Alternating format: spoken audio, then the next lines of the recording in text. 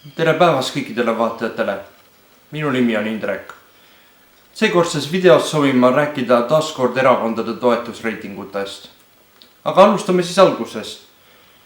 Kõigepealt, kõige populaarsem erakond on endiselt Isamaa, keda toetab 26% valijatest. Isamaale järgneb Keskerakond, keda toetab 22% valijatest. Peale Keskerakonda on sotsiaaldemokraadid, keda toetab 14,5% valijatest. Peale sotsiaaldemokraate on EKRE, keda toetab 13,4% valijatest. Peale EKRE-t järgneb Reformierakond, keda toetab 12,7% valijatest.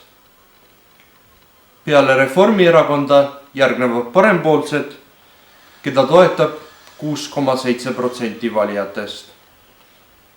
Ning peale parempoolseid on Eesti 200, keda toetab 1,5% valijatest.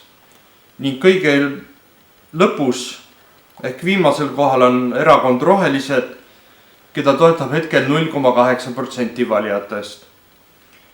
Olgu mainitud veel, et opositsiooni toetab 75,9% valijatest ja koalitsiooni toetab hetkel 14,2% valijatest. Aitäh kõikidele vaatajatele!